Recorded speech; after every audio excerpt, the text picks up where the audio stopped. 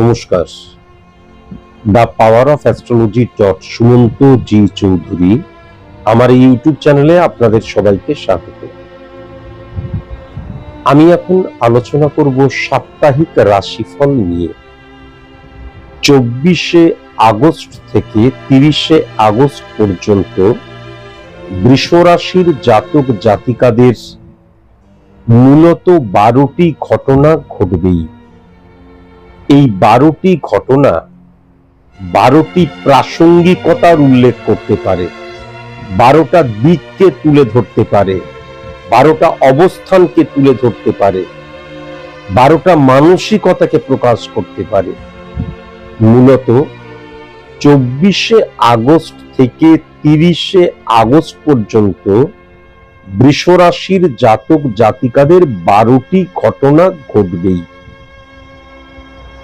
আমার আজকের এই আলোচনা পরিপূর্ণভাবে সার্বিক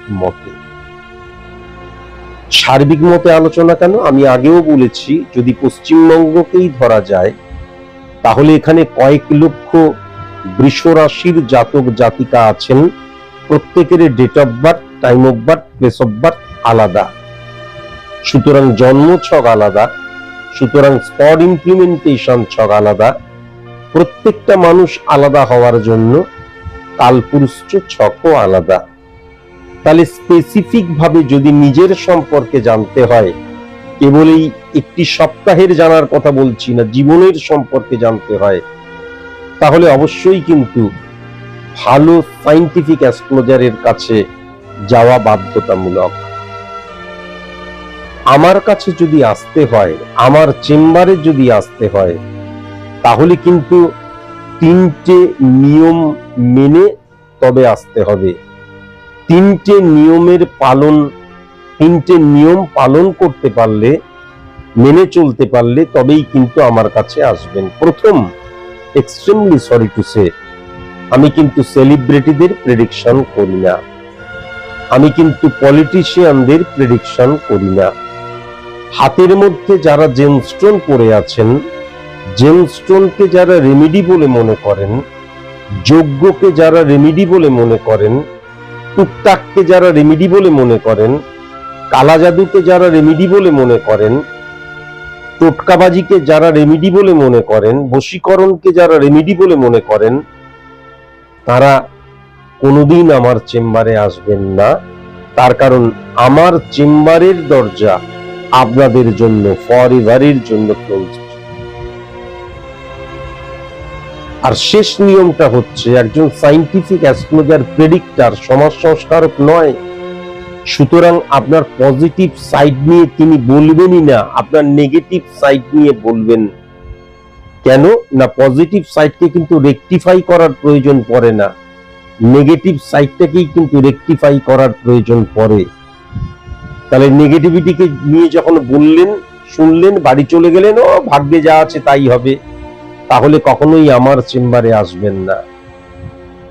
আপনি যদি এতটাই সিরিয়াস হন যে আমি আমার নেগেটিভিটিটা শুনলাম, যুদ্ধকালীন তৎপরতায় বাই হুক বাই ক্রুক, দরকার হলে ঘটি বাটি বিক্রি করে হলেও সেই নেগেটিভিটিটা আমি অফ করব, এই মানসিকতা যদি থাকে, তবেই কিন্তু আপনি আমার কাছে আসবেন, আদারওয়াইজ নট। হয়তো পয়সা খরচ করতে আসবেন কেন? আর যখন আপনি আমার কাছে আসছেন, তখন আমাকে ভালো মতন জেনে বুঝে, আমার প্রেডিকশন শুনে, আমার লাইভ অনুষ্ঠানগুলো শুনে, অ্যাস্ট্রোলজি সম্পর্কে আমার কতটা ধারণা সেটা ভালো করে বুঝুন, তারপর আমার কাছে আসুন। এমন হতেই পারে আমি চোর মিথ্যেবাদী, হতে পারে না? হতেই পারে। তাহলে আমি সঠিক কিনা, এই সাবজেক্ট সম্পর্কে আমার নলেজ আছে কিনা, সেটা ভালো মতন পরখ করে তারপর আসুন। আর এইগুলো দেখতে দেখতে আপনাদেরও একটা সায়েন্টিফিক অ্যাস্ট্রোলজি বা এই বিশ্লেষণ সম্পর্কে আইডিয়া হবে। তখন চেম্বারে এলে, আমি তো চেম্বারে আসলে 12টা ঘর নিয়ে বিশ্লেষণ করি, তখন আপনাদের বুঝতেও সুবিধা হবে। যেমন বৃষ রাশি 24শে আগস্ট থেকে 30শে আগস্ট পর্যন্ত, বৃষ রাশির অধিপতি গ্রহকে শুক্র। শুক্র কোথায় বসে আছে? বুধের ঘরে বসে আছে। 1 2 3 4 5। তাহলে বৃষ রাশি থেকে শুক্র কোথায় বসে আছে? বৃষ রাশি থেকে যদি শুক্রের অবস্থানটা দেখা যায়, আমি যে রাশির অধিপতি গ্রহ কোথায়, তাহলে 5 নাম্বার ঘরে বসে আছে। ইম্পর্টেন্ট ফ্যাক্টর যেটা লক্ষ্য করা যাচ্ছে, 5 নাম্বার ঘরে যে বসে রয়েছে, সেই 5 নাম্বার ঘরের অধিপতি গ্রহ বৃষ রাশি সাপেক্ষে 4 নাম্বার ঘরে কিন্তু বুধাদিত্য যোগ সৃষ্টি করছে। আচ্ছা, তাহলে কি রাজযোগের আন্ডারে বুধাদিত্য যোগ বা শুক্রের অবস্থান এলো? 100,000% এলো। কেন এলো? তার কারণ, সবচেয়ে বড় কথা, রাজযোগ তখনই সৃষ্টি হয় যখন যে রাশি দ্বারা আমি ক্যালকুলেট করছি, সেই রাশি দ্বারা কেন্দ্র, অর্থাৎ 1 নাম্বার ঘর, 4 নাম্বার ঘর, 7 নাম্বার ঘর, 10 নাম্বার ঘর, এই ঘরগুলির মধ্যে যে কোনো একটি ঘরে বুধাদিত্য যোগ সৃষ্টি হয়। আমি বুধাদিত্য যোগকে নিয়ে আলোচনা করছি বলে বুধাদিত্য যোগ সৃষ্টি হয়, সেটা কিন্তু বুধাদিত্য রাজযোগ হলো। এই ক্ষেত্রে যদি বৃহস্পতি এবং চন্দ্র কজকেশ্বরী যোগ সৃষ্টি হতো, রাজযোগ সৃষ্টি হতো। বুঝতে পারছি? যখন 1 4 7 10 কেন্দ্র এবং কোণ 1 5 9 একত্রীকরণ ঘটে, তখন কিন্তু ডেফিনিট ভাবে বলে দেওয়া যায় সেটা মারাত্মক রকমের, কিন্তু মানে মহারাজযোগের আকার নেয়। এবং সেকেন্ড হাউসের অধিপতি গ্রহ কখনো যদি 4 নাম্বার 1 4 7 10 বা 1 5 9 দুটোর মধ্যেই অবস্থান করে ভাবগত বা ফিজিক্যালি, তাহলে কিন্তু ধনলক্ষ্মী যে রাজযোগ, সেই রাজযোগও সৃষ্টি হয়। তাহলে ইম্পর্টেন্ট ফ্যাক্টর হচ্ছে 1 নাম্বার ঘরের অধিপতি গ্রহ 5 নাম্বার ঘরে বসে আছে।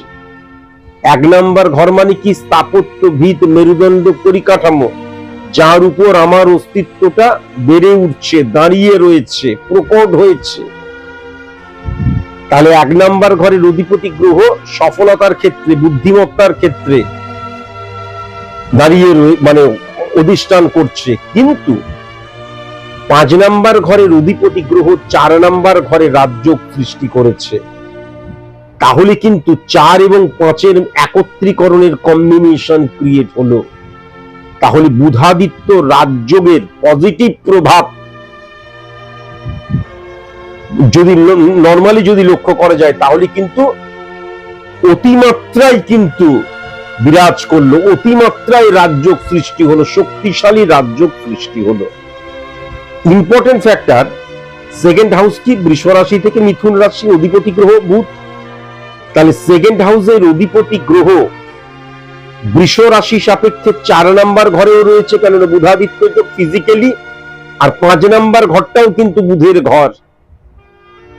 তাহলে কিন্তু মারাত্মক ধনলক্ষ্মী বা ধনযোগ বলতে যেটা বোঝায়, সেটা কিন্তু সৃষ্টি হলো বৃষ রাশির জাতক জাতিকাদের ক্ষেত্রে। আমার আজকের আলোচনাটা সার্বিক মতে, স্যার আমি বৃষ রাশি, তাহলে আমি কেন ফল পাচ্ছি না? প্রথমত গ্রহের সিচুয়েশন, তোমার ছকের মধ্যে বুধ, বৃহস্পতি, রবি বুধের একত্রীকরণ, শুক্রের অবস্থান কেমন, সেটা প্রথমে দেখতে হবে। স্পট ইমপ্লিমেন্টেশন ছকে আজকের দিনের গোচরগত ট্রানজিটগত অবস্থানের মধ্যে দিয়ে সেটা কেমন আছে দেখতে হবে। ডিগ্রিগত অবস্থান কেমন আছে সেটা দেখতে হবে। সার্বিক মতে কিন্তু মহালক্ষ্মী রাজযোগ বলা হয়, আমরা মহালক্ষ্মী বলি, মহালক্ষ্মী রাজযোগ সৃষ্টি হচ্ছে আর্থিক দিক দিয়ে, এবং একদম যে রাশিটি, সেই রাশিটির দ্বারা কিন্তু এই যে বুধাদিত্য মহারাজযোগ কিন্তু সৃষ্টি হচ্ছে। এর ফলে কি হয়ে গেল, 1 নাম্বার ঘরটা যখনই পজিটিভ হয়ে যায় এবং রাজযোগের আন্ডারে চলে আসে, তখন 1 থেকে 12 নাম্বার এই যে 12টা ভাব রয়েছে, প্রত্যেকটা ভাবে কিন্তু সেই রাজযোগের প্রভাব ইমপ্লিমেন্ট হতে শুরু করে। এখন এটাও কিন্তু জানা প্রয়োজন আছে যে রাজযোগ মানে কিন্তু কেবল অর্থপ্রাপ্তি নয়। মহালক্ষ্মী রাজযোগ সৃষ্টি হয়েছে, টাইপ অফ রাজযোগ, কিন্তু রাজযোগ মানে পাওয়ার পাওয়ার পাওয়ার চাই, আমার পাওয়ার চাই। তাহলে এই ক্ষেত্রে কিন্তু 1 নাম্বার ঘরে একদম রাজযোগ সৃষ্টি হলো, তাহলে আইডেন্টিটি ক্রাইসিসের জায়গাটা মারাত্মক বেড়ে গেল, তাই না? আইডেন্টিটি ক্রাইসিস, আমিত্বের জায়গা, অহংবোধের জায়গা, ওভার কনফিডেন্সের জায়গা, আমি যেটা করছি সেটাই ঠিক করছি, আমার মতন করে সবাইকে চলতে হবে, এই জায়গাটা চলে এলো। সেকেন্ড হাউসেও কিন্তু রাজযোগ সৃষ্টি হলো, তাহলে সেকেন্ড হাউস দ্বারা কিন্তু দৃষ্টিভঙ্গির জায়গাটাও বোঝা যায়, তাহলে সেখানেও কিন্তু আইডেন্টিটি ক্রাইসিস সৃষ্টি হলো। কিন্তু মহালক্ষ্মী রাজযোগ, আমি অর সিচুয়েশনের মধ্যে রয়েছি, আমি ইমিডিয়েট হয়তো দেখা গেল প্রচুর অর্থ পেলাম না, কিন্তু আমার সামনের সিকিউর লাইফের জন্য আমার পথ কিন্তু ওপেন হয়ে গেল, এটাও লক্ষ্য করা যায়।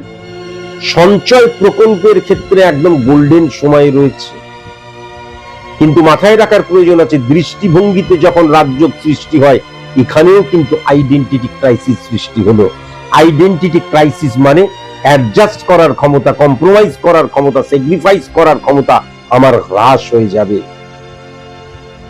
বিশেষ করে কিন্তু সেকেন্ড হাউসের রিফ্লেকশন, যারা তোমরা, আমি একটিবারের জন্য কাউকে ছোট করছি না, কিন্তু আমাদের বাড়ির কেউ কেউ তো অর্থ উপার্জন করে, সবাই অর্থ উপার্জন করে না। বৃষ রাশির যারা স্বনির্ভর, তাদের মধ্যে কিন্তু মারাত্মক আইডেন্টিটি ক্রাইসিসের জায়গাটা লক্ষ্য করা যাচ্ছে। আবার যদি খুব ভালো মতন দেখা যায় বৃহস্পতি 3 নাম্বার ঘরে, তাহলে কমিউনিকেশনের জায়গাটা টেরিফিক হয়ে রয়েছে, কমিউনিকেশনের জায়গাটা টেরিফিক হয়ে রয়েছে, ভাতৃভাবের জায়গাটা টেরিফিক হয়ে রয়েছে।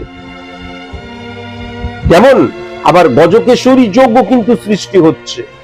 সুতরাং চন্দ্র এবং বৃহস্পতির একত্রীকরণ, তাহলে লাক সাপোর্টের জায়গা, সংযোগের জায়গাটাও কিন্তু মারাত্মক লক্ষ্য করা যাচ্ছে।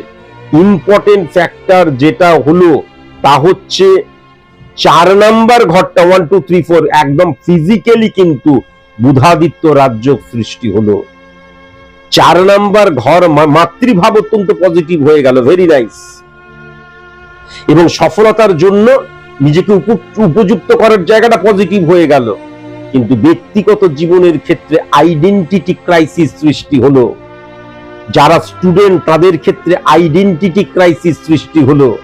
আমি মোবাইল দেখছি, বেশ করছি, অনলাইনে ক্লাস হচ্ছে বলে দেখা যাচ্ছে মোবাইলে আমি মানে কুটুর কুটুর করে যাচ্ছি। তুই সারাদিন ধরে মোবাইল দেখছিস, ধর মোবাইল দেখবো দেখি, সবাই মোবাইল দেখ, আমি দেখবো না, হাতে মোবাইল রয়েছে। এই যে অ্যাডজাস্ট করা, স্যাক্রিফাইস করা, কম্প্রোমাইজ করার জায়গাটা কখনো থাকবে না। আমি যেটা করছি সেটাই ঠিক করছি। স্বামী স্ত্রীর সম্পর্কের মধ্যে কিন্তু তাহলে বৃষ রাশির জাতক জাতিকাদের ক্ষেত্রে বিশেষ করে কিন্তু আমিত্বের প্রভাব চলে আসতে পারে। কতটা আসবে তোমার ছকের মধ্যে রবি এবং বুধের অবস্থান দ্বারা বলা সম্ভব, কিন্তু এই অবস্থান আসবেই। আমি সারাদিন ঘরটা পরিষ্কার করছি, তুমি নোংরা করছো। শোনো, আমি এবার থেকে ঠিক করেছি সোমবার আমি নিরামিষ খাবো, বাড়ির সকলকে খেতে হবে, মানে আমি যেটা করছি বাড়ির সবাইকে করতে হবে। আমি যেরকম ভাবে ভাবছি, এটা নেগেটিভ কেবলমাত্র তা নয়, কিন্তু পজিটিভও হতে পারে। সবাইকে অনেস্ট হতে হবে, দুর্নীতিমুক্ত হতে হবে, বাস। আমি নিজে দুর্নীতিমুক্ত অনেস্ট হচ্ছি, সবাইকে দুর্নীতিমুক্ত হতে হবে। এর ফলে কি হয়, শত্রুতার সংখ্যা কিন্তু বৃদ্ধি পেতে থাকে। এর ফলে কি হয়, তুমি এবং আমির মধ্যে যে, তুমি এবং আমি মিলে যে আমরা, তার মধ্যে দেখা যায় ওই কম্প্রোমাইজ করেই বন্ডিং সৃষ্টি হচ্ছে। মনে মনে ধর শনিবার আর রবিবার 2 দিন ছুটি, একদিন ভাবছি মাছ খাবো, একদিন মাংস খাবো, শনিবার দিনকে নিরামিষ খেতে হবে। দেখা যাচ্ছে অনেক অভিযোগ, অনেক কিছু বলার আছে, কিন্তু কম্প্রোমাইজ করে চলছি। আমার যিনি পার্টনার, জীবন সঙ্গী বা সঙ্গিনী, তিনি কিন্তু দেখা যাচ্ছে কম্প্রোমাইজ করতে শুরু করলেন। ভেরি ভেরি কসাস এবং কনসাস। তার কারণ এই অবস্থান কিন্তু কি করে, অনেক সময় কিন্তু আমাদের বৈবাহিক জীবনে ডিস্টারবেন্সের জায়গা নিয়ে চলে আসে।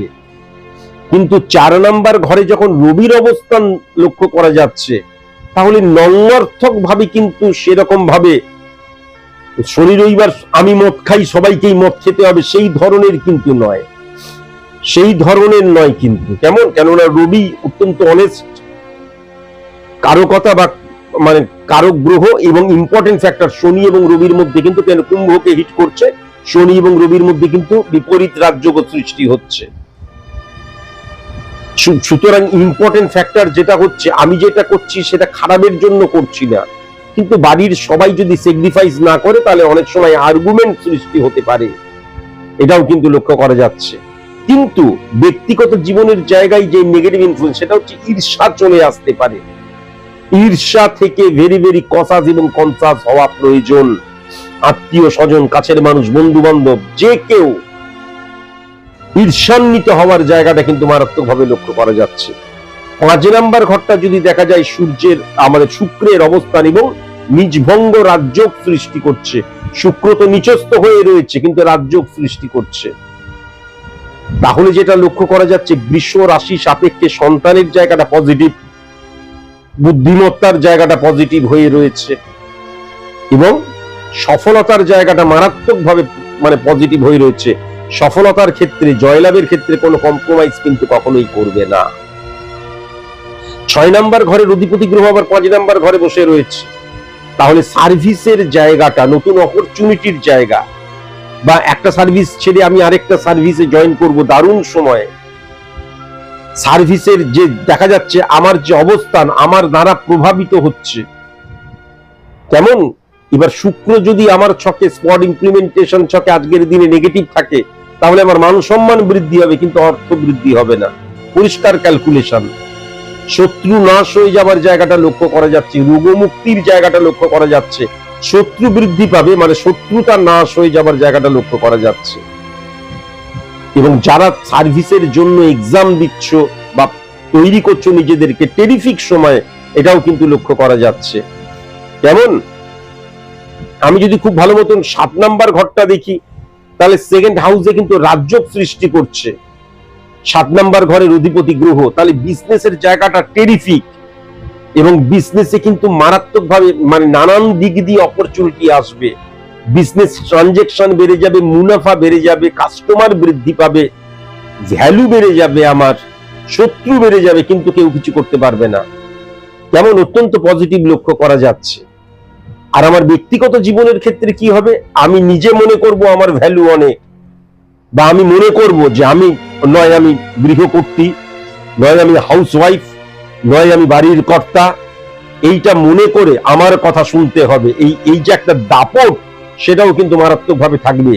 এর ফলে কিন্তু যেই সম্পর্কটা নড়বড়ে সম্পর্ক, এই এই এই 24 তারিখ থেকে 30 তারিখের মধ্যেই কিন্তু বৃষ রাশির জাতক জাতিকাদের অনেকের সেপারেশনও কিন্তু চলে আসবে, একদম ডেফিনিট ভাবে কিন্তু বলে দেওয়া যায়।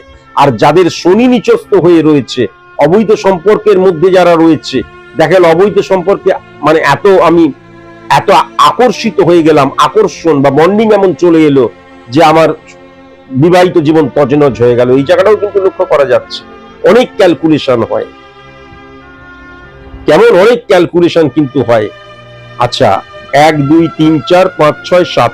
এবার যদি 8 নাম্বার ঘরটা দেখা যায়, 8 নাম্বার ঘরের অধিপতি গ্রহ কিন্তু গজকেশরী যোগ সৃষ্টি করেছে এবং বৃহস্পতিকে যদি লক্ষ্য করা যায়, চন্দ্রের অবস্থান, চন্দ্র এবং রাহুকে ডাইরেক্ট হিট করছে কিন্তু বুধাদিত্য রাজযোগ।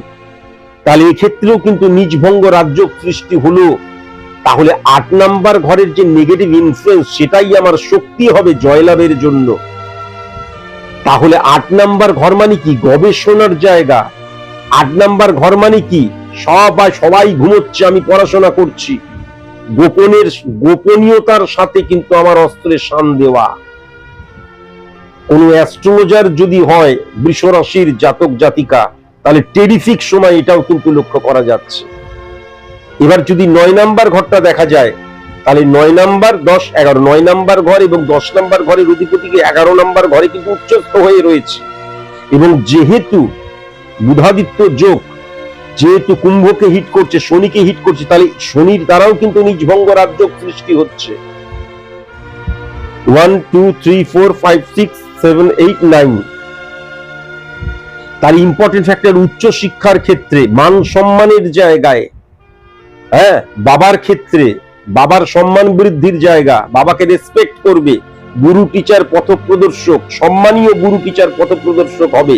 উচ্চ শিক্ষার জায়গাটা, সংযোগের জায়গাটা, কিন্তু শনির অবস্থান, আমি সংযোগকে বিশ্বাস করব না, বা ভাগ্য, লড়ার লিখন, কপালকে বিশ্বাস করব না, আমি কিন্তু কর্মকেই বিশ্বাস করব। শনি সবসময় কি করে? পজিটিভ শনি কর্ম করায়, ডেডিকেশন, ডিভোশন, ডিটারমিনেশন, নিয়মানুবর্তিতা। কিন্তু এইগুলো যখন আমি পালন করছি এবং আমি আমার কর্মটা যখন করে যাচ্ছি, অটোমেটিকলি কিন্তু সংযোগ প্লাস হয়ে যাবে, বা লাক ফ্যাক্টর কাজ করবে। আমি চাই না চাই এটাও কিন্তু লক্ষ্য করা যাচ্ছে। এবং ধর্মকে সঠিকভাবে ব্যবহার করার জায়গাটাও কিন্তু লক্ষ্য করা যাচ্ছে। ঈশ্বরের সামনে গিয়ে নিজেকে কনসেন্ট্রেট করছি, এটা হতে পারে। পড়াশোনা না করে, কাজকর্ম না করে ঈশ্বরের সারাক্ষণ পূজা করে যাচ্ছি, তা নয়। কেমন? যদি 10 নম্বর ঘরটা দেখা যায়, তাহলে রাহু এবং চন্দ্রের একত্রীকরণ পজিটিভ করে দিয়েছে। সেখানে কিন্তু আমরা রাহু এবং চন্দ্র পজিটিভ হয়ে গেল কেন? তার কারণ আমাদের যে বুধাদিত্য রাজযোগ, সেটা কিন্তু সমসপ্তমে হিট করছে। তাহলে এখানে আংশিক বুধাদিত্য রাজযোগ ফ্লাকচুয়েশন ক্রিয়েট করালো না কিন্তু আমার মনের ক্ষেত্রে। ইম্পর্টেন্ট ফ্যাক্টর এটা কিন্তু 10 নম্বর ঘর যখন, তাহলে আমি যদি কর্পোরেট সেক্টরে কাজ করি, আইটি সেক্টরে কাজ করি, আমি বাংলায় জন্মেছি, আমি ভিন রাজ্যে গিয়ে কাজ করছি, অন্য দেশে গিয়ে কাজ করছি, বিদেশি ল্যাঙ্গুয়েজ নিয়ে কাজ করছি, টেরিফিক কিন্তু। কেমন? টেরিফিক কিন্তু লক্ষ্য করা যাচ্ছে। প্রচুর অপরচুনিটি আসার জায়গাটাও কিন্তু লক্ষ্য করা যাচ্ছে। প্রচুর অপরচুনিটিকে হ্যান্ডেল করতেও কিন্তু আমি পারবো, এটাও কিন্তু লক্ষ্য করা যাচ্ছে। কেমন? এবার যদি খুব ভালো মতন, যদি 11th হাউসকে খুব ভালো মতন লক্ষ্য করা যায়, তাহলে 11th হাউসের অধিপতি গ্রহ বৃহস্পতি রাজযোগ সৃষ্টি করছে, শনি নিচভঙ্গ রাজযোগ সৃষ্টি করছে। তাহলে বৃষ রাশির জাতক জাতিকাদের ক্ষেত্রে কিন্তু শনির অবস্থান যদি দেখা যায় খুব ভালো মতন, সূর্য এবং শনির বিপরীত রাজযোগ সৃষ্টি করছে। সুতরাং আমার যদি সেম সেক্সের বন্ধু হয়, সেম সেক্সের বন্ধু থেকে আমি কখনো স্যাটিসফাই হতে পারবো না। আর অপোজিট সেক্সের যদি সমবয়সী মানে বন্ধু হয়, তাহলে ঠিক আছে। আর যদি আমার চাইতে বয়সে বড় আমার বস, বা আমার চাইতে একদম ছোট, সেখানে কিন্তু ইগো প্রবলেম চলে আসার জায়গা পরিষ্কার লক্ষ্য করা যাচ্ছে। ইম্পর্টেন্ট ফ্যাক্টর 11th হাউসে যখন শনি বসে, তখন কিন্তু মাথায় রাখার প্রয়োজন আছে, সফলতাকে ইনক্রিজ করতে গেলে আমাকে কঠিন পরিশ্রম করতে হবে। কর্মফলের ক্ষেত্রে, কর্মফল প্রাপ্তির ক্ষেত্রে লাক ফ্যাক্টর বা ভাগ্য, নিয়তি বা সংযোগ কোনো সাপোর্ট করবে না। আমার কর্ম দ্বারাই কিন্তু কর্মফলটাকে আমি পাবো। এবং ইম্পর্টেন্ট ফ্যাক্টর যেটা, যে এই যদি আমি শনির রিফ্লেকশনটাও খুব ভালো মতো লক্ষ্য করি, তাহলে কসাস এবং কনসাস থাকতে হবে কিন্তু আমার ফ্যামিলি ফ্রেন্ড থেকে এবং আমার কাছের মানুষজন থেকে। যারা যত কাছের, তারা আমাকে নেগেটিভ ভাবে হিট করার চেষ্টা করবে। আমার কিছু হবে কি না হবে, দ্যাট ইজ ডিফারেন্ট থিংস, কিন্তু নেগেটিভ ভাবে হিট করার চেষ্টা করবে, বা তাদের মধ্যে ঈর্ষা চলে আসার জায়গাটাও লক্ষ্য করা যাচ্ছে। 12 নম্বর ঘরের মঙ্গল, আমি আবার বলছি, বৃষ রাশির জাতক জাতিকাদের ক্ষেত্রে আইডেন্টিটি ক্রাইসিসের জায়গাটা ভেরি ভেরি কসাস এবং কনসাস। যেখানে যেখানে রাজযোগ সৃষ্টি হয়েছে, সেখানেই আইডেন্টিটি ক্রাইসিসের জায়গাটা আসবে। প্রথমত যখনই রাশির উপর আইডেন্টিটি ক্রাইসিস সৃষ্টি হয়েছে, তখন কিন্তু প্রত্যেকটা ভাবের মধ্যেই কিছু না কিছু আইডেন্টিটি ক্রাইসিস থাকবে। আমি সব জানি, আমি যেটা করছি সেটাই ঠিক করছি, ধর আমাকে জ্ঞান দিতে এসো না, অহংবোধ, রাজার মতন আচরণ এগুলো থাকবে। কিন্তু খুব সাবধান হওয়া প্রয়োজন। দৃষ্টিভঙ্গি, 2nd হাউসে রাজযোগ সৃষ্টি হচ্ছে, মানসিকতা, মনোভাবের ক্ষেত্রে আইডেন্টিটি ক্রাইসিস আসবে 3 নম্বর ঘরে। 4 নম্বর ঘরে ব্যক্তি জীবনে আইডেন্টিটি ক্রাইসিস আসবে। 5 নম্বর ঘর মানে বুদ্ধি, আমি যে বুদ্ধিটাকে ইমপ্লিমেন্ট করছি, একদম সঠিক বুদ্ধিকে ইমপ্লিমেন্ট করছি, এই জায়গাটাও কিন্তু লক্ষ্য করা যাচ্ছে। এখান থেকেও ভেরি ভেরি কসাস এবং কনসাস হওয়া প্রয়োজন। অত্যধিক কিন্তু পজিটিভ ছক আমি বৃষ রাশির জাতক জাতিকাদের দেখতে পাচ্ছি। আজকের মতন এইটুকুই, নমস্কার।